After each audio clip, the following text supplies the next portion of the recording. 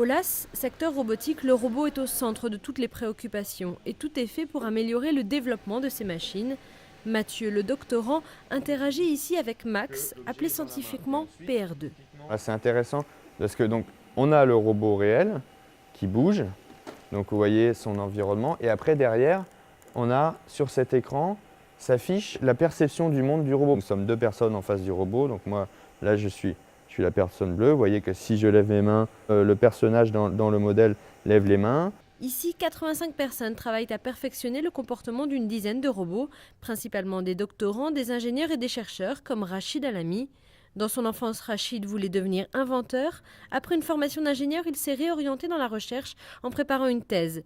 Le voici à la tête du secteur robotique. Mon rôle, c'est de mener de la recherche, de mener des sujets de recherche, et je m'intéresse plus particulièrement aux aspects liés à l'autonomie décisionnelle des robots, c'est-à-dire essentiellement à la prise de décision du robot, dans différentes situations, pour manipuler des objets, pour se déplacer, pour interagir avec l'homme. Il y a plusieurs situations qu'on peut envisager. C'est le robot qui interagit avec l'homme ou avec les hommes dans un lieu public. On peut imaginer aussi, et on le fait également, le robot et l'homme qui travaillent ensemble, qui sont équipiers dans un atelier. Et puis un troisième contexte qui nous semble important, c'est l'homme chez lui, à domicile, et le robot qui l'assiste. Pour le scénario, un appartement est aménagé. Il est prévu qu'à l'avenir, Max circule dans ces lieux. Là, on domine un petit peu le lieu d'expérimentation. Comme je vous l'ai dit, on a construit une sorte de décor de cinéma. Alors on le voit parce qu'il y a même des grilles.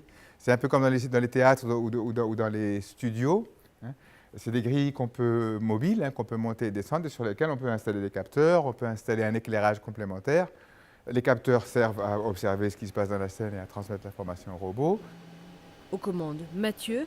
Ce postdoc a fait une prépa scientifique, une école d'ingénieur, 2 ans en entreprise, avant de rédiger sa thèse au LAS pendant 4 ans. La tâche est immense et les recherches se font en équipe, chaque groupe se spécialisant sur un geste, une action bien précise. Le fait que le robot puisse attraper des objets, donc pour calculer le mouvement pour attraper ces objets, ce n'est pas moi qui l'ai réalisé, mais par contre j'ai été utilisateur. Et donc moi j'ai vraiment travaillé un peu sur le programme qu'on appelle superviseur, qui va justement intégrer ces différentes fonctionnalités, les relier entre elles.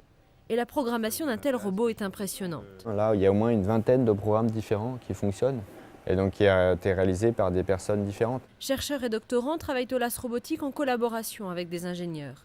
Après une formation classique en école d'ingénieur, Mathieu Herbe a fait toute sa carrière au LAS. Plus de 25 ans de métier. Je m'occupe de toute la plateforme robotique, l'ensemble des moyens du laboratoire en robotique. Et mon rôle là-dessus, c'est de maintenir ces robots en état de marche pour les chercheurs, de les aider à choisir des nouveaux matériels, de définir avec eux comment est-ce qu'on va les équiper en capteurs, en accessoires divers et variés. À l'avenir, ces robots partageront de plus en plus notre quotidien. Les entreprises, elles, ont déjà franchi le cap. Par exemple, pour préparer la mise en œuvre dans les usines pour des robots industriels, ils vont déjà un peu calculer des mouvements complexes qui ensuite seront répétés. Comment rentrer une pièce dans une autre alors que c'est assez compliqué. Ça va utiliser la planification de mouvement, qui est des choses que nous avons réalisées. Les recherches menées dans ce laboratoire défrichent pour le futur. Ces robots investiront le monde réel d'ici quelques années.